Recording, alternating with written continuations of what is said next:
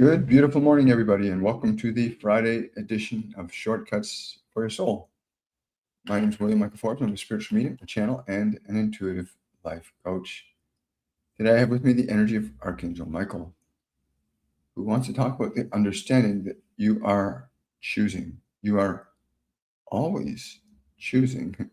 I found it very interesting because he says that every single one of us is always in a state of conscious or unconscious choice.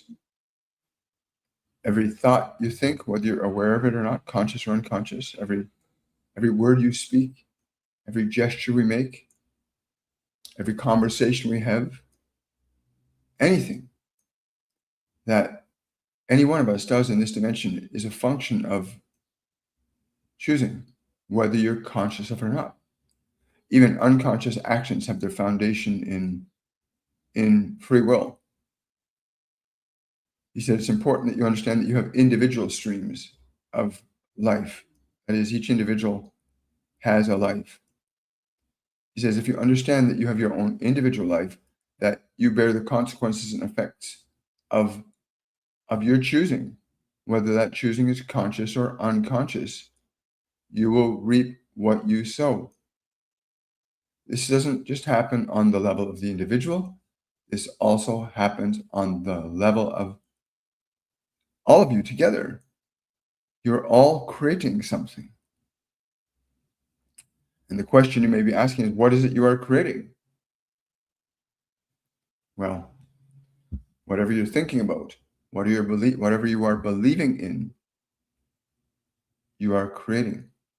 There is nothing in this world of yours in where you are not causing the effects that you are experiencing. And each of you individually and in slightly scaled up circumstances like a town or a city or a country or a continent, there are different levels of functional creation, not just between individuals, but between groups of individuals on various scales. On the global scale, the effects of what you do and think and say has a much more pronounced effect than what will happen to this world. On the level of the individual, the effects upon the world can be almost imperceptible, but together you all have influence over what is occurring, not only in your own experience, but in the experience of your brothers and sisters here. You've asked for assistance and guidance, and for years that has been provided to you.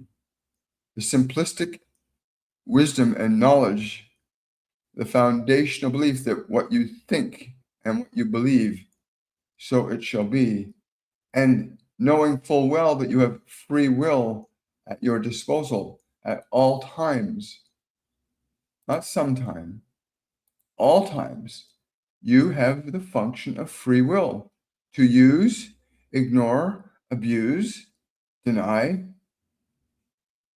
But in every moment, your function of choosing is laying your path before you, individually and collectively. Your path is being laid out before you.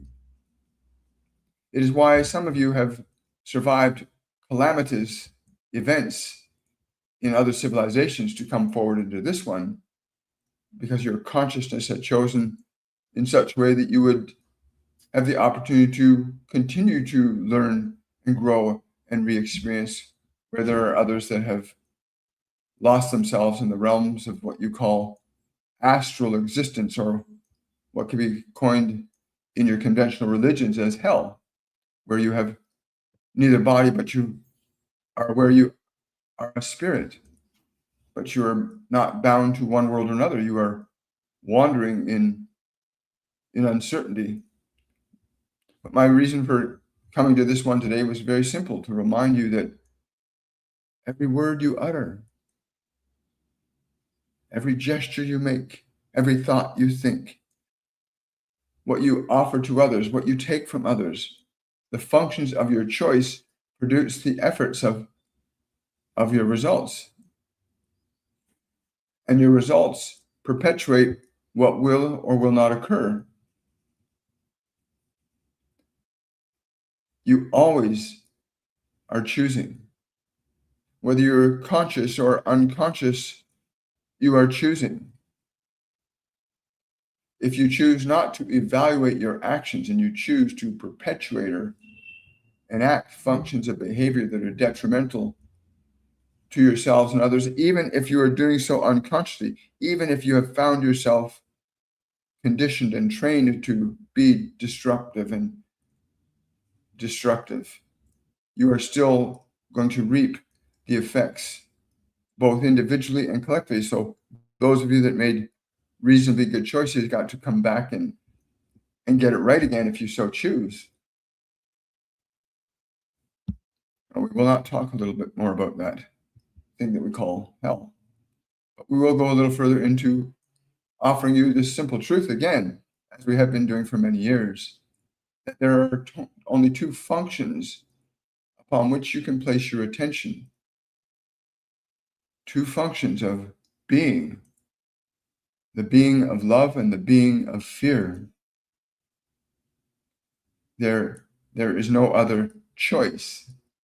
Although the spectrum is quite broad, there are still only two masters that you can choose between. Only two. And you have the power to evaluate whether your civilization will grow or falter or return to the dust from whence it came, perhaps never to be reborn again. There were many great civilizations upon the face of this world, each with the same capacities and capabilities, although the nature and conditions of each respective civilization were different both environmentally. The function of choice remained the same, that there are only two elements you can choose from. You can choose from love or you can choose from fear. Your thoughts, your words, and actions can only fall on that spectrum. And that spectrum determines the outcome of the material experiential reality, which you call your life here, which is simply just a projection of your consciousness into form, based upon the nature and the quality of the choices and the emotions that you choose to align yourself to, align your thoughts to, align your words to. You always have choice, even if you are unconscious, and many of you are unconscious. But your function of will is never void from any expression of your being, whether you are conscious or unconscious. The act of free will is all pervasive in the human collective and in the human individual, which is why we stress that becoming aware of what you think, what you say, what you do, how you interact with others, and understand and weigh and measure. Do not wait till what you have heard termed as the judgment day. Today is the judgment day in how you evaluate what you will say, what you will do, what you will think. Every moment is judgment day, that you may assess, is this righteous? Is this unrighteous? Is this love? Is this fear? Which is which? You have the freedom to choose consciously or remain unconscious and choose to not exercise that function of creation as an act of conscious will. Again, many of you have been conditioned and trained by situation and circumstance and influence of others into believing and thinking and saying and doing certain things and being told that they are righteous when they are not, good when they are not. And only you can assess for yourself, for you are setting the stage for what is to come for yourself. And you are setting the stage for what will happen to your human family, this grand civilization that you have manifested. You're not doing so on your own. You're doing it together. When you scream, what does your scream do? You can tell if you pay attention If you ask but one question, is this a function? Truly, is what you say a function of love? Or is it a function of fear? There are notable distinctions between love and fear. Notable distinctions: joy, communion, compassion, kindness, inventiveness, creativeness. They are in the spectrum of love.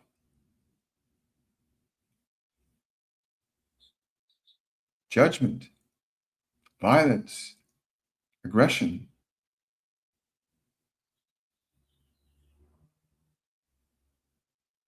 These are in the spectrum of fear. And you can know in any moment. It is not so difficult. It's not so difficult for you to look at your thoughts, to look at your words, to observe your actions, become the observer, and you can begin to reassess, reorganize, reorder the way of your mind, and therefore the way of your world.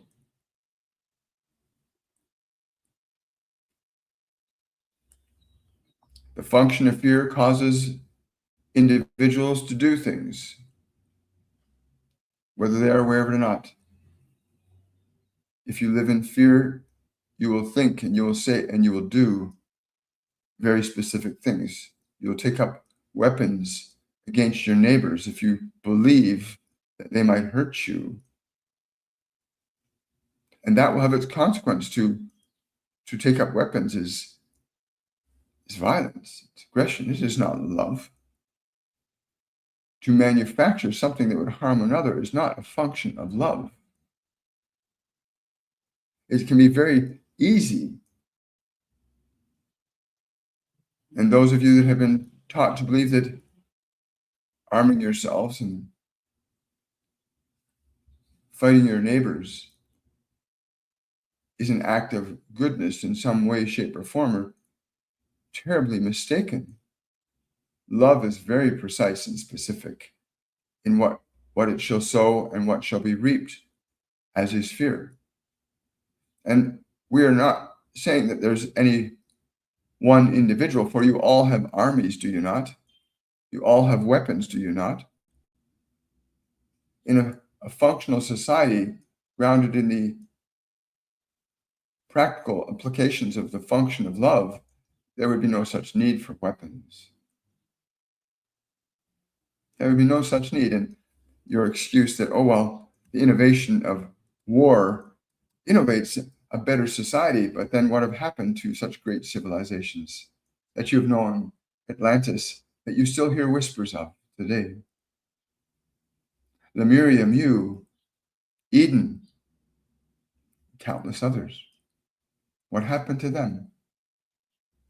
They did not fall by the hand of love, they fell by the hand of fear. The desire, the wanting, the expectation. Function of fear drive your creative process very different than the function of love. It's very different.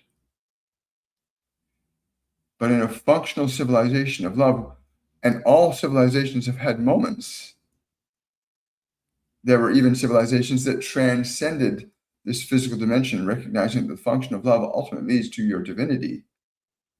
The full embodiment of love's function ultimately leads you to your divinity. In that state of awareness, well, this world is not so necessary anymore. For you'll have accomplished and transcended the needs, the wants, the desires of the flesh. And then the physical dimension, well, then consciousness becomes the journey, not matter. And those of you that are here now are still on the journey of understanding the distinction between love and fear. As many other civilizations sought to understand the same. Only but a handful have left the physical dimension, their love intact, their souls in bliss, their unity with the divine full and complete. And there are those of you that have been here for many of those civilizations that still believe that control and power are the mechanisms of love, believing that you're righteous. The statement, thou shalt not kill, was very precise and specific for a very good reason. Because love cannot kill. Only fear can do such a thing. Love cannot kill. Only fear can do such a thing. But because your neighbor might be in fear and wish to harm you, it would be natural then to want to sustain and preserve and protect your existence. But if you understood that your existence is not contingent upon the laws and the wills and the ways of man, but on the laws, the wills, and the ways of God, then your approach to things would be very different. And you've seen, even in your modern times, instances where there are those that are truly embodied in the faith and in the love of God, who will allow themselves to be unalived, as you have this new silly term, but allow themselves to, they allow themselves to be brought to the divine.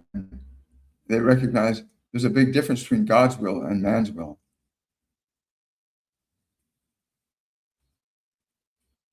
And they understand that the function of the divine is universal, not secular, not a localized point. God is not an individual in the terms you view yourselves as individual.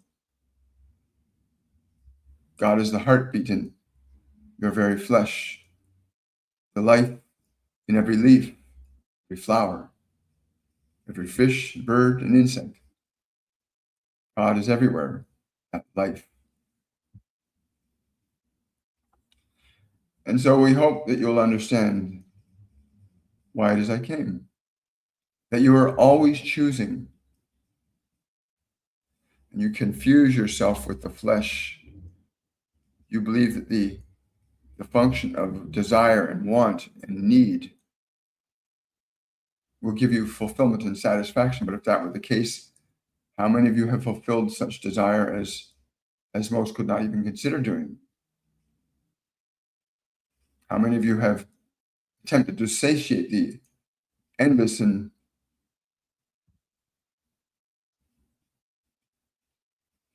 craved and insane desires of the flesh that will cause you to do terrible and horrible things to each other? While at the same time, love's redemption remains a choice, even if you do not believe that. But the function of love will never be a function of harm in any way, shape, or form. Not ever.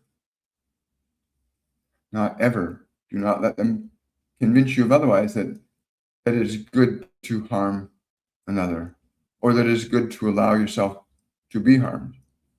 But these functions of wishing to do not so good things to each other is not because you're innately evil or bad, but that you misidentify the nature and source of who you are as being localized only to the flesh. That is not the case. But in every moment, you are choosing.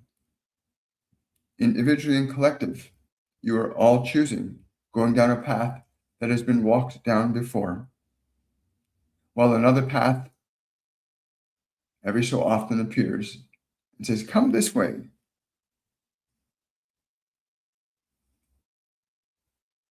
Come, follow me this way, towards love, towards God, towards peace, towards curiosity and playfulness and creativity. That path is always available, but there's a point where you come to an inevitable conclusion. Fear leads to an inevitable conclusion.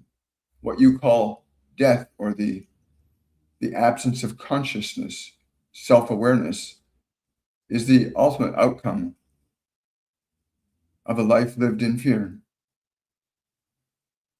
Unconsciousness is the ultimate outcome of a life lived in fear. What you would call death is the ultimate embodiment of that fear.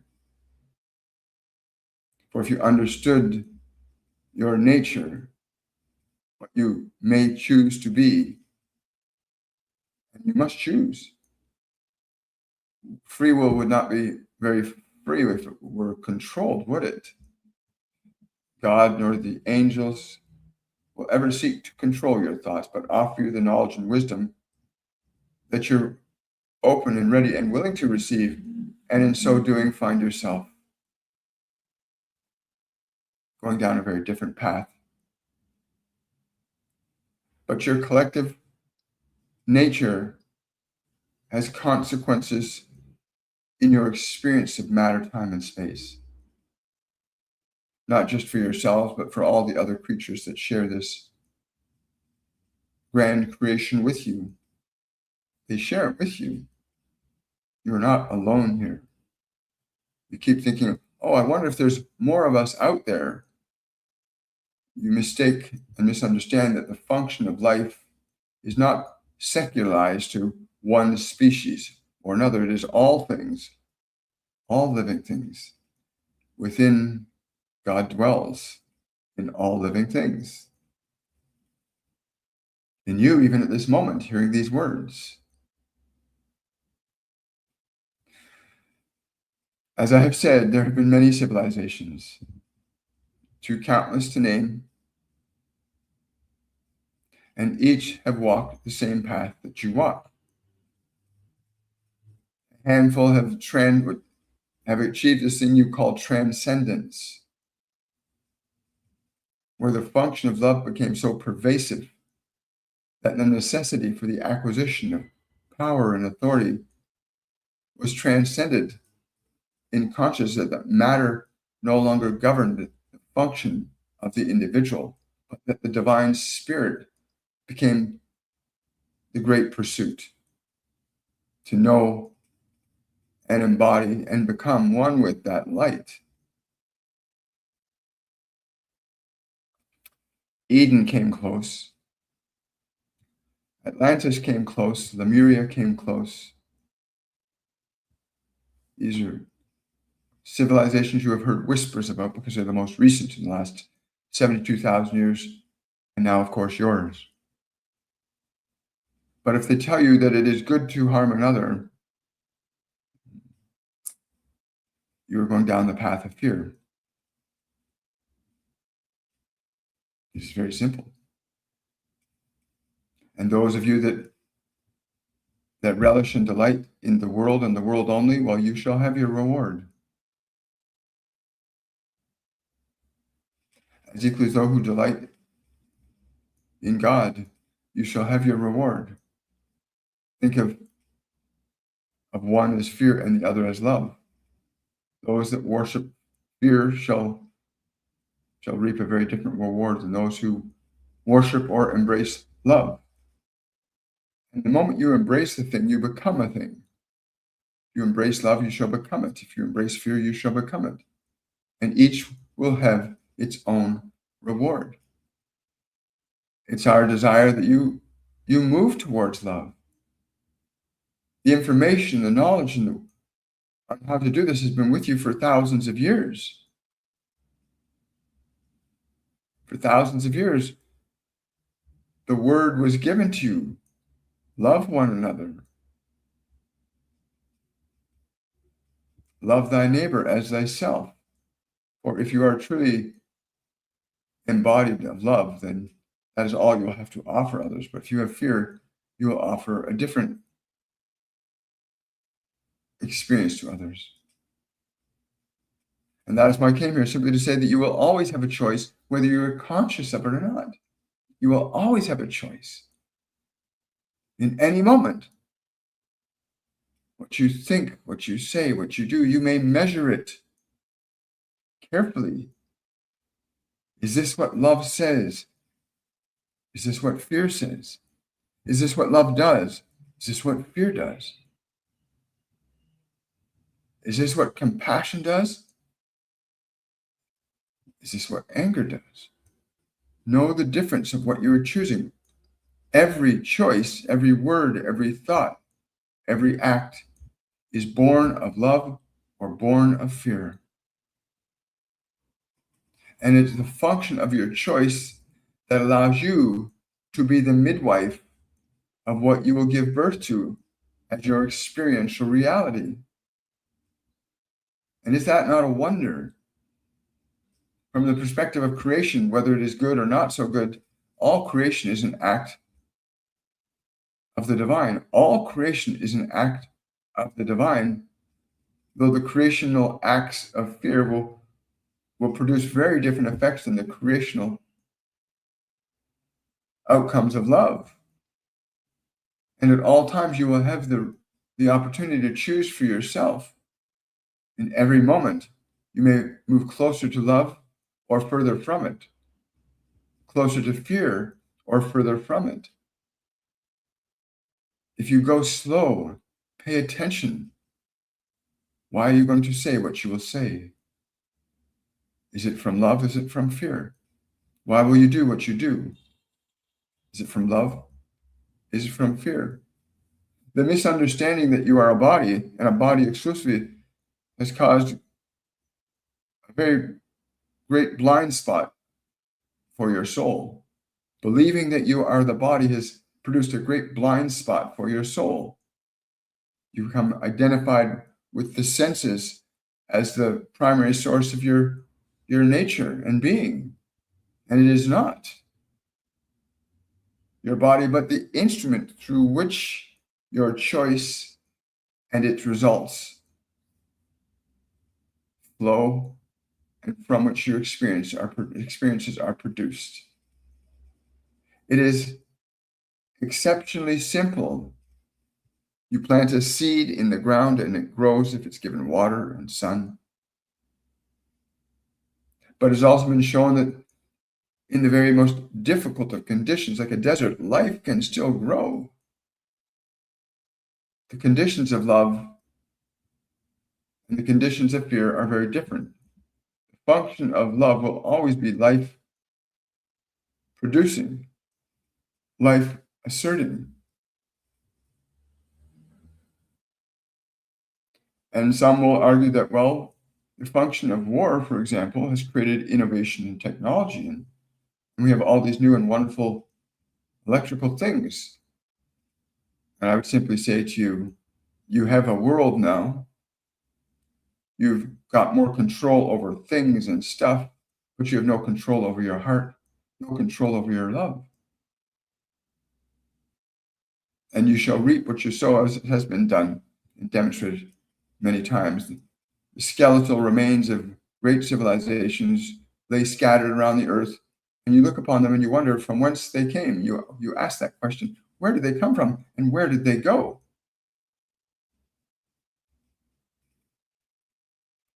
One either walked the path of love or they walked the path of fear.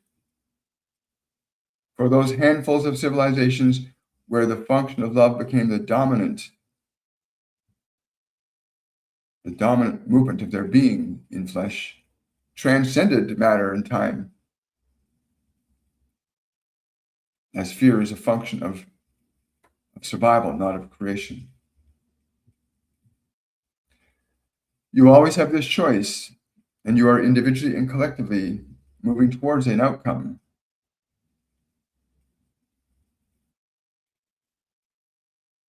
If a child picks up something that is not good for it, the parent will tell the child to put it down, not to make the child unhappy, but understand that that might not be a good thing for him. That the function of the parent is to watch over the children until they learn sufficiently. It's a little bit different in what you call your adult world, where your free will and your structure of ego is sufficient enough to make you believe that that which is true is false and that which is false is true. And that messes up the function of your choice.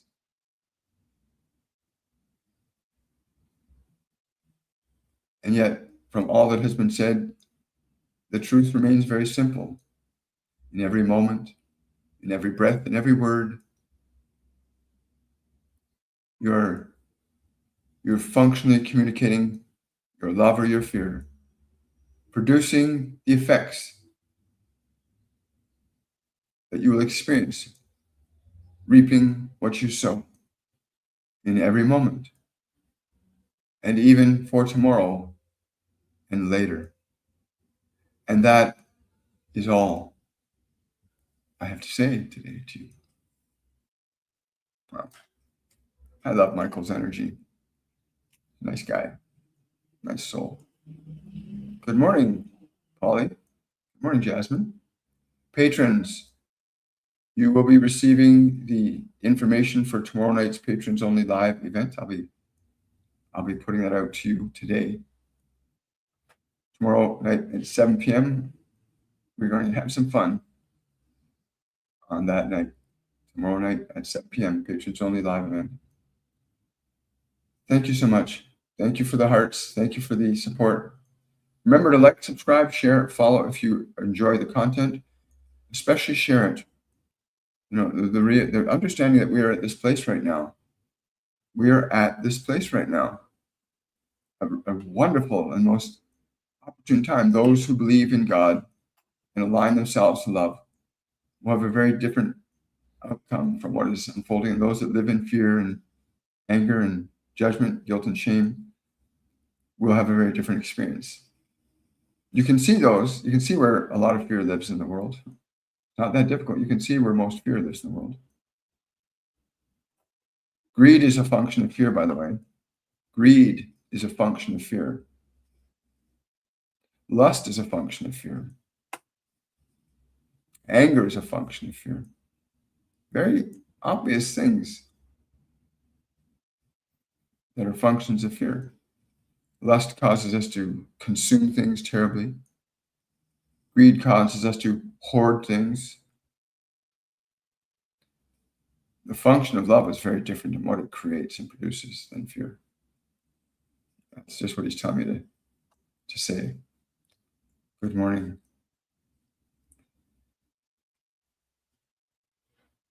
Well, good morning to you too.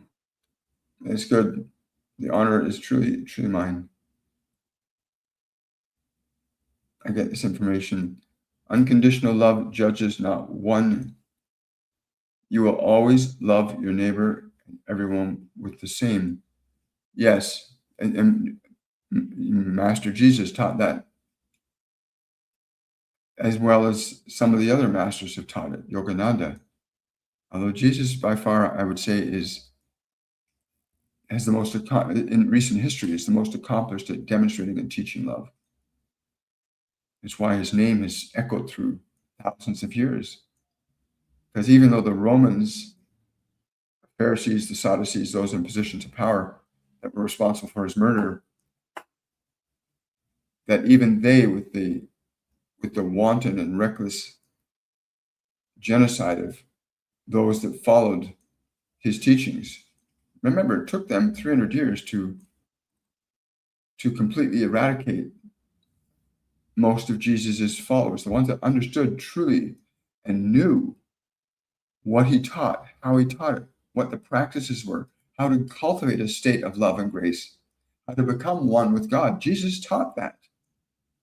He didn't teach worship me. That's a Roman creation of power, people in position of power that say, oh, worship him. No, he said, follow me, as in follow his way. What you eat, what you say, what you do, how you treat others. He mapped out a way and he said, follow the way. And when he said, I am the way, the truth, and the light, he didn't mean himself personally. He meant what he taught, the way in which you can meditate, treat your body, treat your neighbors, how you can speak, how you can walk, how you can talk. It can be either an embodiment of love or an embodiment of fear. And I love that. That's really wondrous thing. Hi. Well, thank you for that, Jasmine. Really appreciate that super chat. And unfortunately, I can't see what the sticker is, but thank you so much. Hi, William. I did release this morning, and I heard the loudest ringing in my ear, my left ear. Then it turned into radio static. May I have a message? Thank you.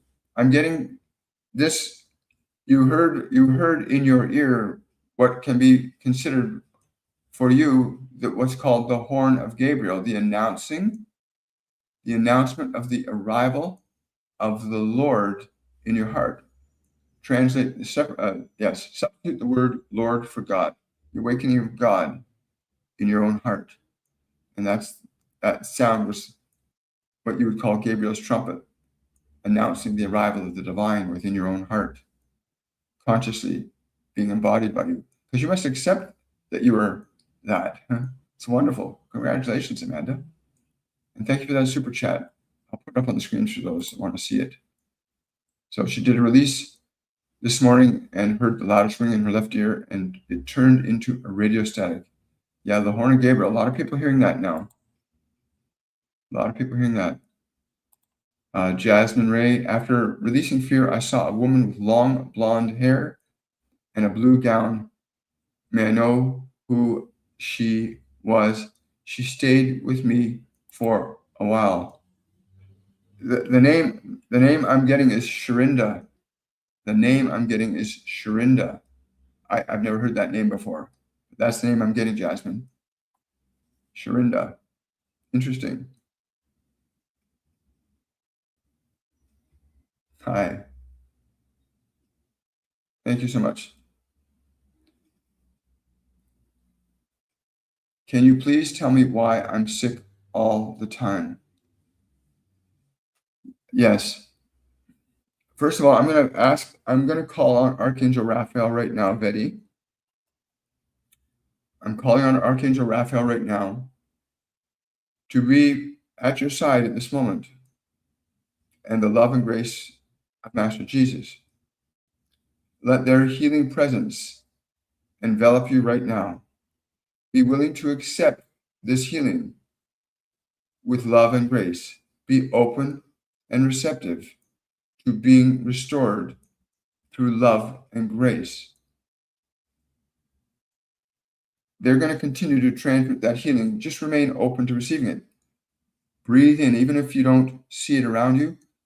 Breathe that healing energy that they're giving you right now. Breathe it in to your whole body. A lot of people don't know, but when you draw breath into your body, you're literally filling your body with a breath. So draw your breath in and pull the healing energy that's being transmitted to you into your body. And just keep cycling it through. Breathe it in, hold for a moment, release what doesn't need to be held onto, and then draw the healing in again. And do that several times. Again, the emotional static that you have going on from other lifetimes has to be released. You have to release what you've carried over from another lifetime. Lifetimes are saying. It needs to be released. But the healing can be initiated right now. Just take it in. The healing can be initiated right now. Just breathe it in. And just keep breathing in for a little while. You'll notice some relief start to happen. Once you start to notice relief, make a decision that you're willing to release all fear, all anger, all guilt, and all shame with love and grace. And be very precise and specific. And as you go out into the world today, make certain that even towards your own body, give it the love and grace that it requires. Your body is sick because it needs proper love and grace. Love heals, fear sickens. And repeat that. Love heals, fear sickens. Jesus is a master of love. He's a master of it. That's why he could heal. For those that were open and ready to receive it, that were willing to surrender their fear and let love enter. God's grace is love. Hi, thank you so much. Thank you for the app. Oh, you're welcome, Amanda. Yes, we're beta testing an app right now. I'm very excited about it. It's been many, many years for this manifestation to come into being. And it was like literally a month and a half ago where the switch was pulled and they said, do this now. And we now have an app that we're preparing. That's basically like having the ascended masters in your hand, but in a very practical, intelligent, not an airy-fairy woo-woo-woo way. It's really practical, incredible tool. I'm really glad you're enjoying it, Amanda. And thank you for participating and volunteering. Is the smoke I'm smelling my father or someone else? I'm getting today, Pamela, it's someone else. Yes. Oh, you're welcome, Jasmine. Hi. Yeah, we're just beta testing the app right now. Thank you. I can feel the energy. Yeah, just keep breathing it in. I'm being told to add this layer to it as you're breathing in. I draw this love to restore. I draw in God's love to restore, because both Jesus and Raphael are transmitting it, but you have to be willing to receive it. Even Jesus, one of the greatest healers that humans have ever known, one of, not the only one, one of, always said, you must be willing to receive. You must be willing to receive.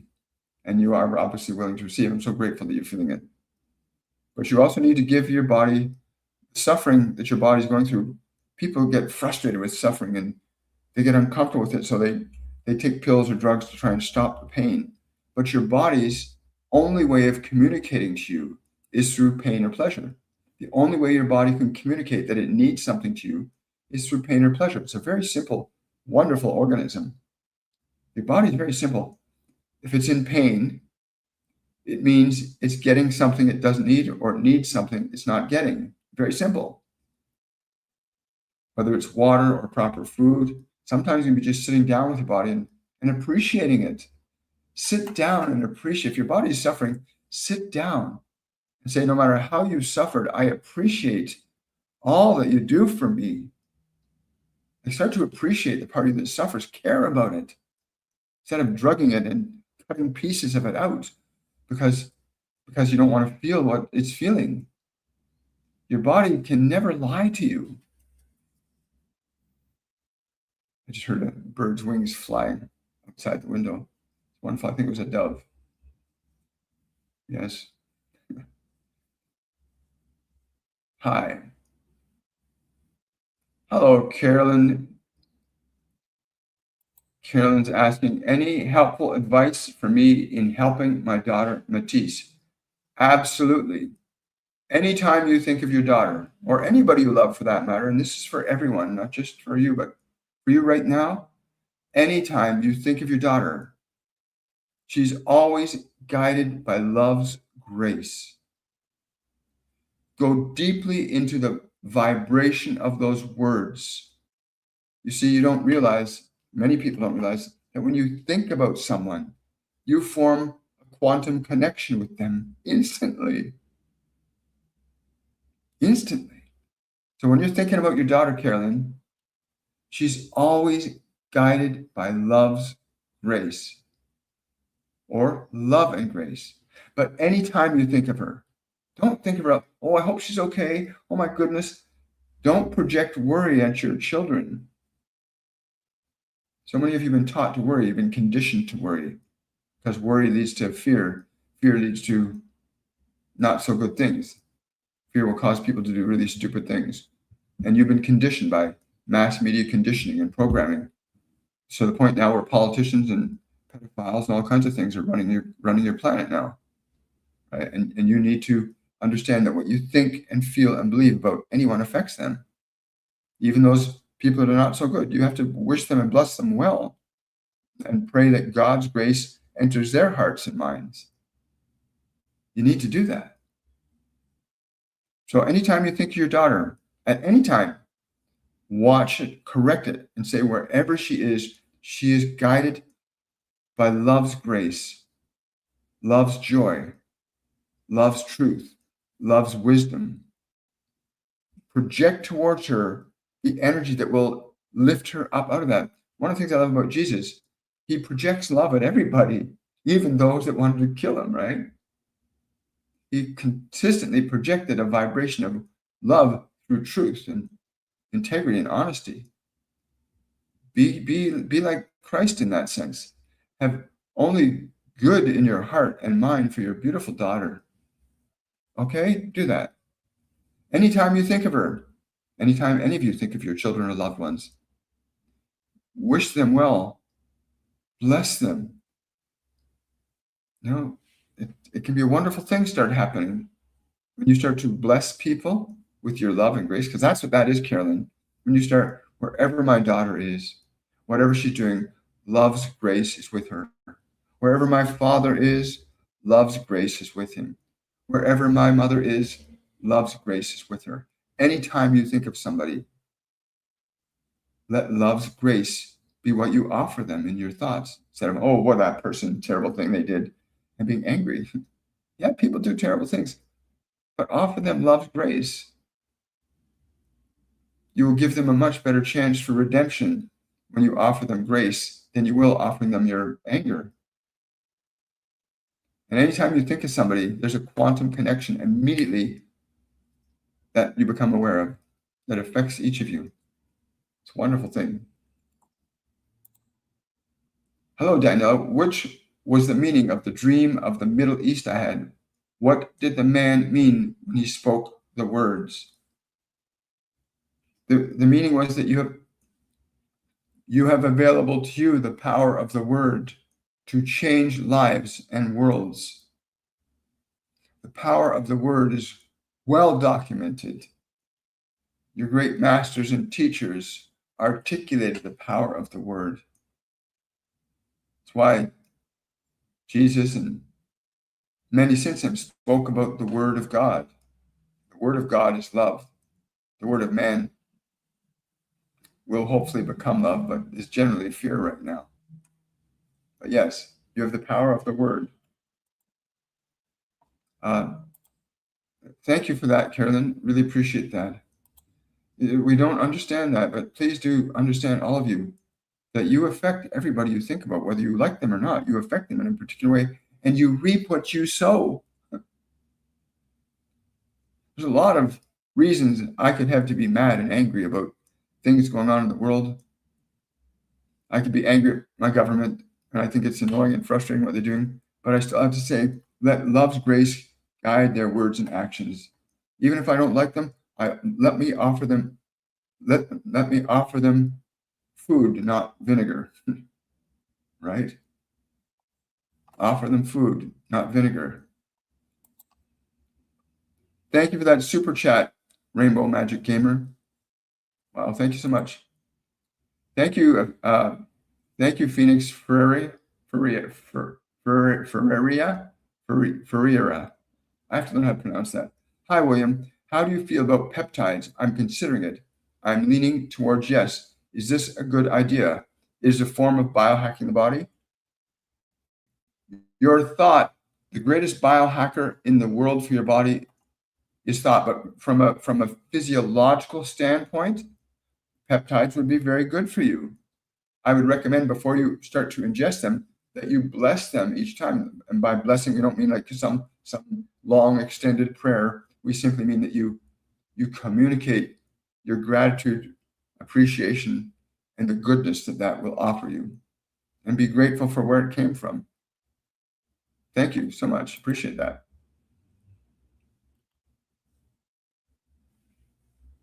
Daniela, Amanda's here saying to you about your dream. Share your light language, Daniela.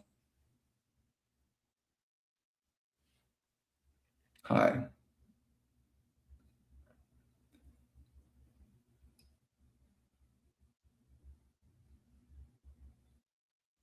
Well, I am open and receptive to receive God's grace. That's a beautiful thing to say, Kathy.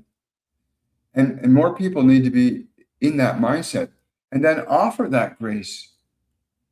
Because of this whole thing about the human body, people do not understand that when you come into a physical body, the body has innate attributes that can incline you to love or fear, to greed or generosity,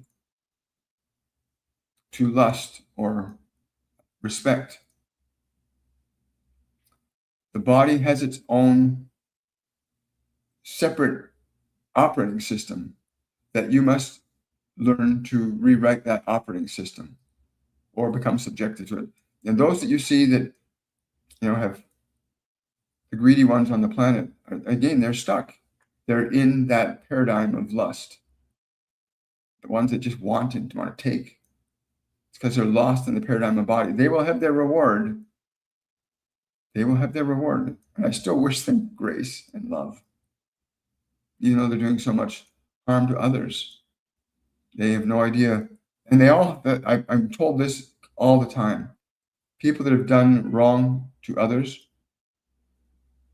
that time will come where you will meet you will come before the divine. You're doing it every moment, whether you're aware of it or not. But you will come when you have your castles and you all the bodies that you've laid behind you from your conquests. You will reap what you have sown. Redemption's a lot harder to acquire when you've accumulated great fear. And yes, greed is a function of fear. It's not a function of love. There's plenty for everybody on this planet. There's enough space, enough resources. We all have beautiful homes and wonderful lives, living the dream. It's possible. There were 8 different civilizations over millions of years that actually transcended to the divine. Hi. Will Maria's nurse, and Ridiculous asking, will Maria's nurse return after his vacation? It's funny, I'm getting something, there's a part of you that's resistant to that. You need to be open and receptive to him returning. You have to be open and receptive and grateful for his return. Be grateful for his return. Be grateful for his return. Hi. Thank you for sharing the live out. Remember, like, subscribe, share, follow. I think even for nasty people, yeah, it's really, listen, we're all in this physical dimension. I'm in this body. And I've gone through my share of being fearful, and I've done my share of not so good things in the world. And the time for redemption, you don't want to wait until you get to the end of the lifetime. You want to start a redemption process sooner rather than later. Love one another. You want to start that sooner rather than later, right? It's very different. Yes, I will. So Archangel Gabriel is just telling me to say, if you are in all sincerity able to give up the burden of your fear, redemption can be instant.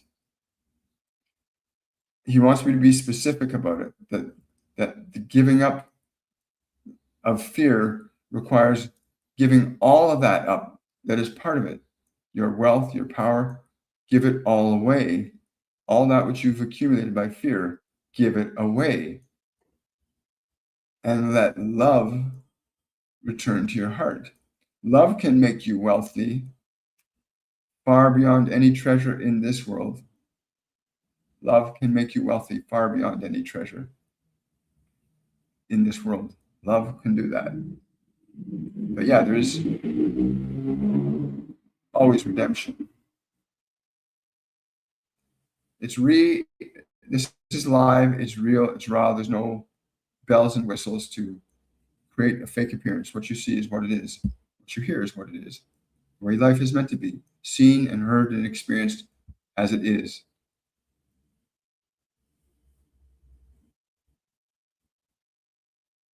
Oh, it sounds like Ferreira. Thank you so much, but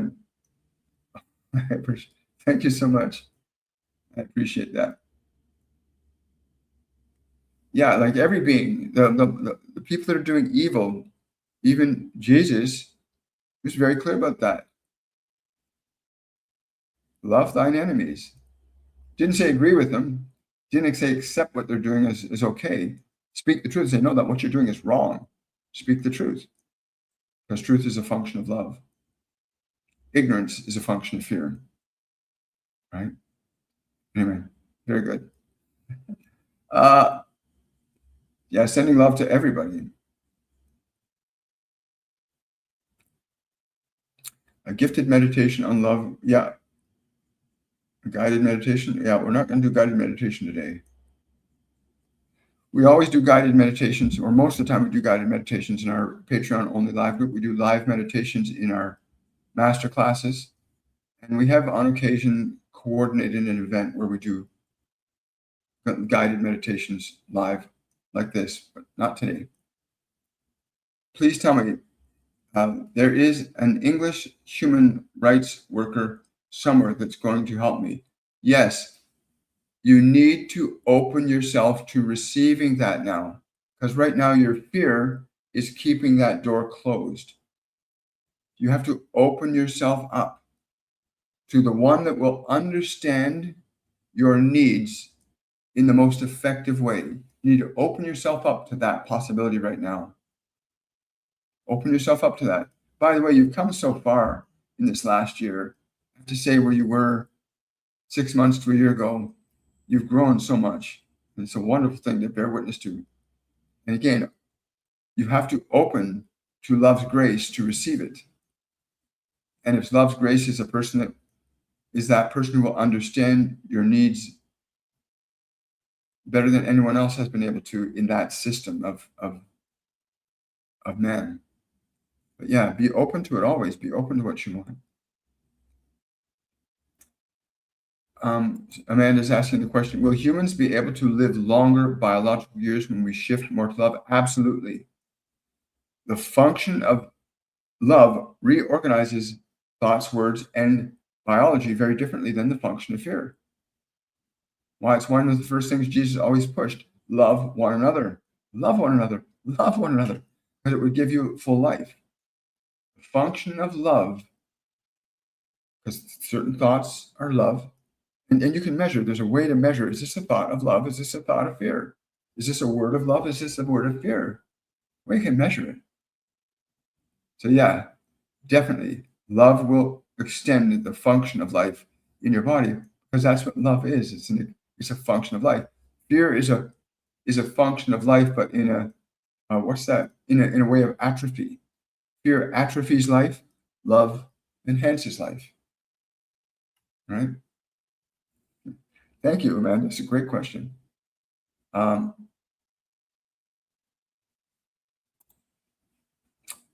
you, Polly, for that super chat. Why have I been invited to my niece's wedding when they are not allowed to see me? I'm not allowed to visit them, or my sister, and not allowed to see me. Again, sometimes it's not the journey towards man, but the journey towards God that's more important than seeking the love and counsel of other humans. Seek the love and counsel of God within you. It lives within you. Be grateful to go to this event. Let your life be filled with love's grace. Bless those. Bless them. Even if you do not understand the reasoning, your only function and purpose is to learn and become what God intended you to become, one in his grace, one in his love, one with him. So that's all that's being asked to do. Love is the way to God. Fear is the way to something different.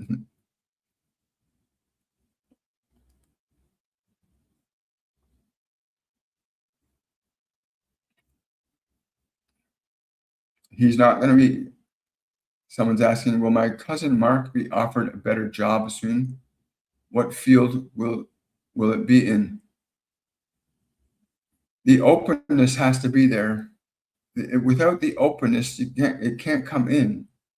If you have doubt, if you have uncertainty, which he has, he's got some unconscious concerns. And if he's simply open, I'm open and receptive to this, and then go about his approach to what he wants to do, not what he thinks he has to do, wonderful things will happen very quickly for him. Be open. Be open to that. Hi. What happened to Atlantis and Tartaria?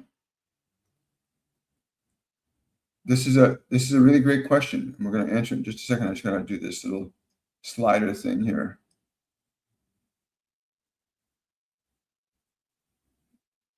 There we go. So Atlantis, Lemuria, Mu, Eden, and of course, more recently, Tartaria. These civilizations rose and fell. They rise on love and they fall on fear. Every civilization that you see the remnants of in the world, the great Mayan, Aztec ruins, the great Roman edifices left still scattered around Europe, the Egyptian, all of these are remnants of civilizations. Civilizations rise on love and they fall in fear. Whether it's the fear of one group who feels threatened by the other group when you have wars, or the maliciousness of one group who through lust and greed want to take what the other has, that they'll do horrible and heinous things that give people diseases and sickness in order to accumulate wealth and power. Every civilization fell from fear. And even great calamitous events, they tell me, the flood of Noah, right? Great ice ages that come and go. The what they call now the polar magnetic reversals. These are all functions of our collective consciousness.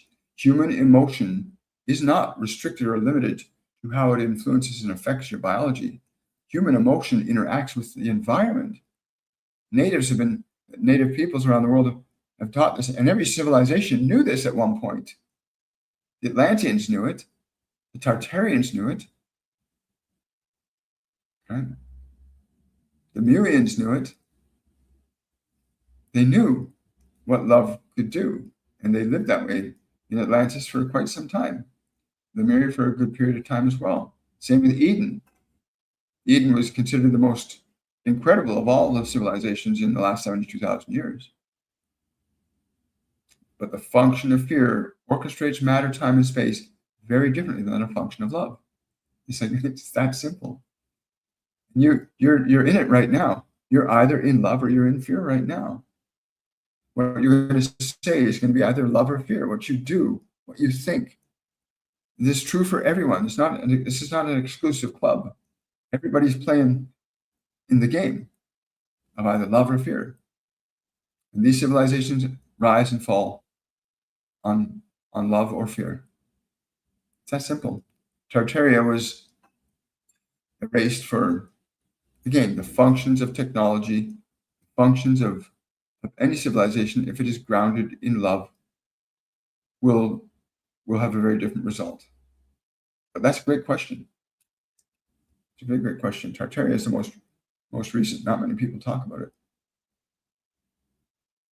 There was great mud floods in Tartaria. You can see evidence of those buildings melted in California. A lot of people don't know it, but you can find the remnants of Tartaria. Yeah, even the sun. We even influence the sun. Your human collective energy is growing. It's not shrinking. And we affect not only how we treat the environment as a product of our love or fear.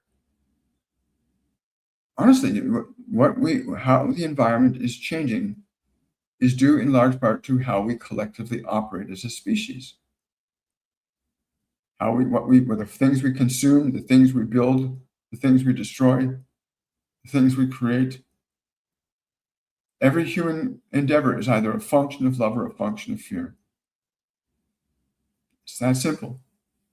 Every outcome of every individual that's ever lived, that ever will live, that ever has lived, the outcome of their life was the product of love or fear. Those that got further from God and those that got closer to God did so through love or fear. Each reaps its own reward for all of us, whether you're a tax collector or a politician or a mother or a father. The function of love and the function of fear has no conception of race. or wealth or power. It's based in the function of cause and effect. So love and fear are not your judges, but they do carry the weight of your own choices and your experiences. All right. Thank you for that super chat, Daniela. Can you hear, can 100-year-old prophecies of sages be changed to by the power of the word if the channeled messages came from divine? Speaking of India, absolutely. We can overwrite, and we have done it, many civilizations. What do you think civilizations collapsing, civilizations rising? A different function of awareness. What was just said a couple minutes ago, civilizations rise through love and collapse through fear. Now, what you're asking is, can the individual shift or change the event of past times and how it would affect now? And the answer is yes. So you can go into a state of love and grace right now for all of humanity to the best of your ability. And while as an individual, the effect might not be so overt or obvious at first, if it's persistent and consistent, well, Nikola Tesla proved this by taking a special hammer, mounting it on one of the beams in a building he lived in New York. And he took that hammer and he set it to hit this beam at certain intervals, to the point where after a few days, the whole building was vibrating just from this tiny little hammer. Jesus did the same thing when he came and he spoke about God's love and God's grace and God's truth. He was like that little hammer, hitting away at the existing people around him. And people got engaged in the function of love, to the point where the fearful mechanisms of the Roman Empire, which were based in power and control, were beginning to crumble. Literally, love's function was rewriting the software for fear, transforming that which was fear into love. Many Roman officials turned to the teachings of Jesus. They won't tell you that. A lot of people were leaving Roman authority for love, because they realized that civilizations did not have to be based in fear. Anyway, those that were in positions of power that wanted to hold on to it did so. But yeah, you can affect future time from now, and you can rewrite what's happened before from now. The kingdom of God is here and now. So all things are possible if you believe that that is true, that you have that connection to the divine.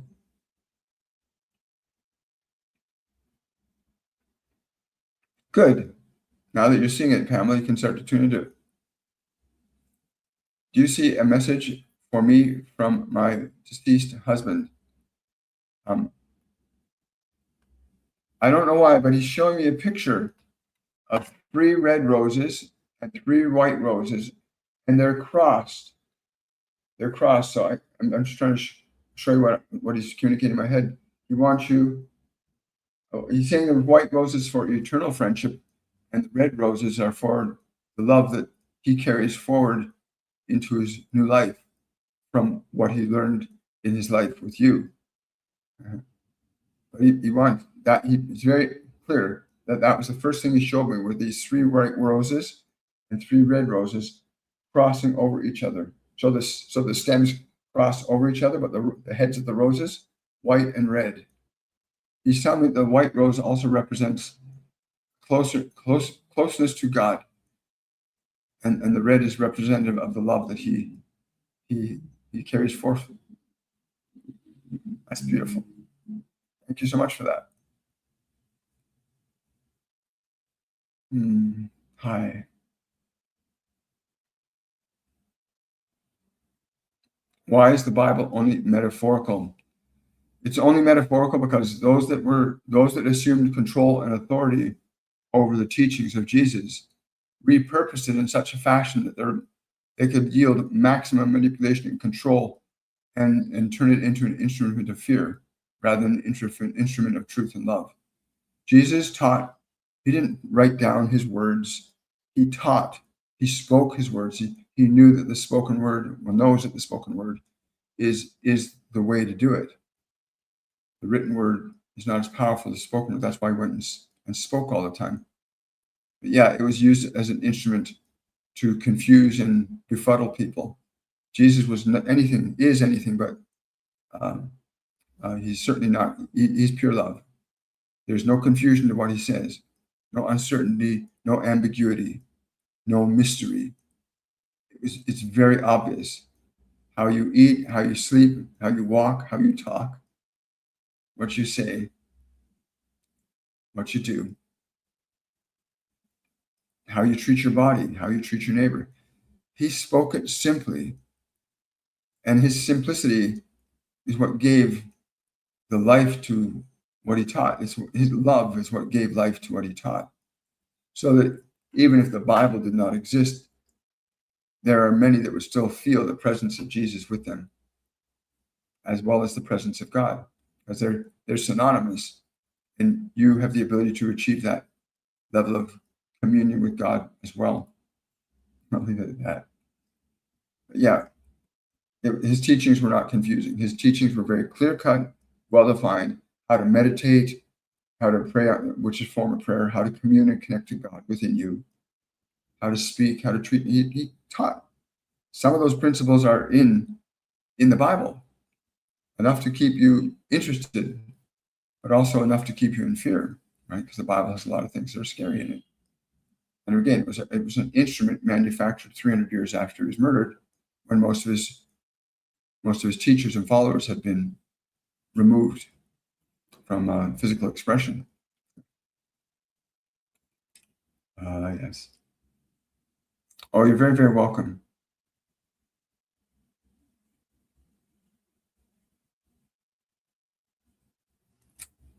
Is love the highest vibration, or is there a higher one? That's a question that I don't think, that's not a question in the human realm, yes. In the human realm, yes. In the divine realm, it is different. Do not think that the only life that you have is the one of this world. There's a life after this, and after this life, not an afterlife, and after this life. It's quite a long journey. But I'm grateful you enjoyed the event. And I want to say thank you to Archangel Michael for being present with us, Archangel Gabriel, and a few others that have come through. Thank you so much for your presence. Thank you, thank you, thank you. Hi.